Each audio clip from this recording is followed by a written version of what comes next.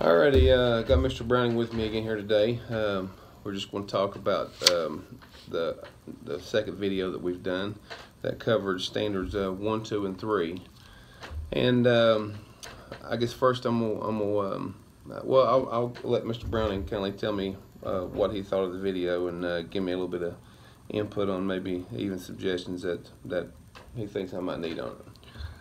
Well, after watching you once again, you did a fabulous job. When you talked about showing how to do the squat, you were engaged in it, the kids were paying attention, and then when you let the kids critique each other, that was really good too.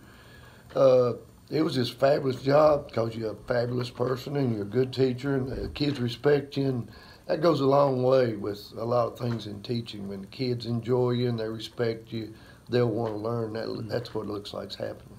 And that's something I do enjoy. Again, I just feel like I'm in my element when I'm doing it. So it makes it funner. Just really critiquing and fine tuning what I'm doing on it. But on the standards, going by the standards you got on student development on part 1, I gave myself a proficient because I really felt like the instructional strategies, they were appropriate for everybody in the class, and I used different methods on what I did. Some of them I felt like we did a lot of visual, which that way they could see it. We did a lot of modeling and demonstration, and again, all those goes into helping them be able to understand what's going on with it. And even after what we did in the classroom, I give them the resources to look at the videos. That way they can go and watch them.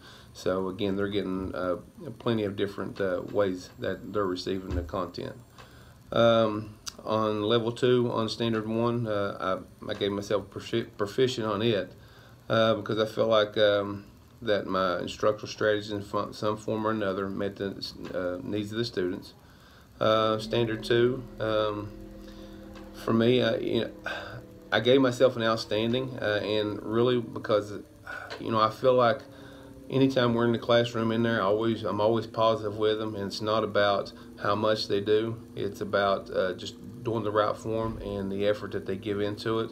And as long as they do that, that's all I'm looking for anyway. I'm never asking any of them to try to meet up to somebody else's standard, try to do more weight than anybody else, or this or that. It's just about doing the right way, doing the safe way. If you do that, everything else will come on it. So and I'm always just trying to be respectful for them, asking them to do things, instead of demanding or anything like that.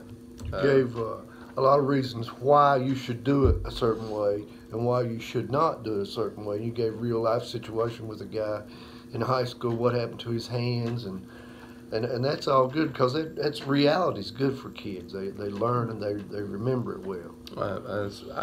That's why I try to bring some of those things into us, because you hear stories, but until you can actually live it or see it, then you just think, oh, that'll never happen to me.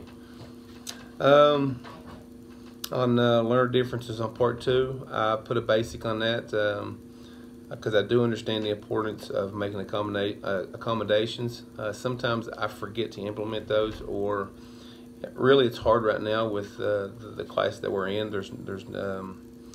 We don't have anybody that's as far as English language learners, so that's a little tougher. And again, that's just, I gave a basic on that one.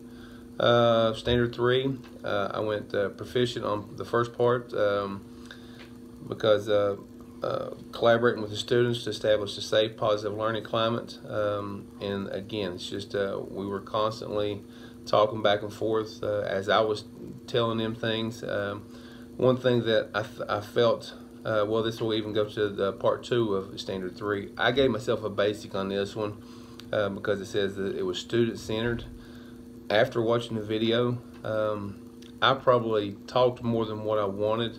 What I probably would have done different on it was ask the students, as every student took and modeled the barbell squat exercise. But the one thing that I critiqued them every time they did it, if I would do it again, I would allow the students to critique each other in that first part while I'm observing. Now later, we did go and do that. But while I'm with them, I can say, hey, so-and-so, what do you think? What's he doing right? What can he do better with? So that's one part where I felt like I gave myself a basic because I felt like I could have done better in that area.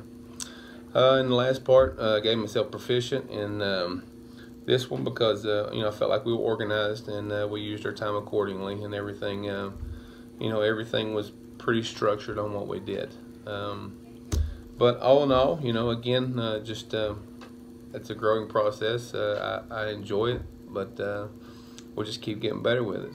You talked about, watching the kids, have them critique each other, but you had to explain it first and show them exactly what you wanted and let each kid go up, and you critiqued them and you had shown them exactly what you wanted, and you used a lot of key words and key terms when you were doing this, and that plants a seed in the kid's mind and they remember it, so when they critique, they're using the same kind of language. Okay. All righty. Well, until next time. All righty. Thank you.